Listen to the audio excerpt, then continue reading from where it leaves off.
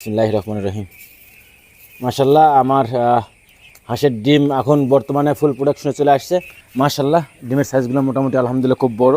দুই একটা ডিম সিটা বিটাই করে পারছে, আর বাদ দিয়ে এগুলো সব ভাষা ভাষা করে পারে। আর কোনো ডিম, একটা ডিমও ছোটো নাই, কারণ আমি বাইরে খাওয়াইতেছি।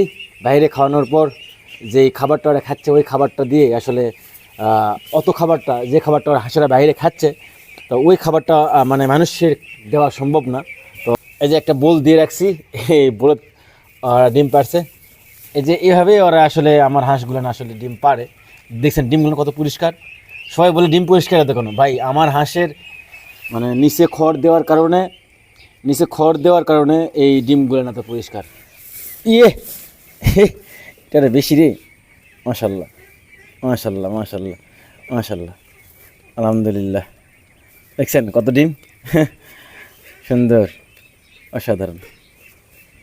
আর হ্যাঁ, আর একটা কথা লেগে কি, যে 80টা হাঁস থেকে আজকে আমি 75টা ডিম পাইছি। শুক্রিয়া, এলা 95% ডিম চলে আসছে, এলা আলহামদুলিল্লাহ।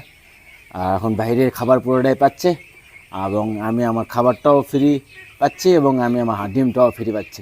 এই হলো বর্তমানে অবস্থা। এই হলো 1 বছর ধরে নিয়ে আসি ওদেরকে এই আজকের দিনটা মানে দেখার জন্য।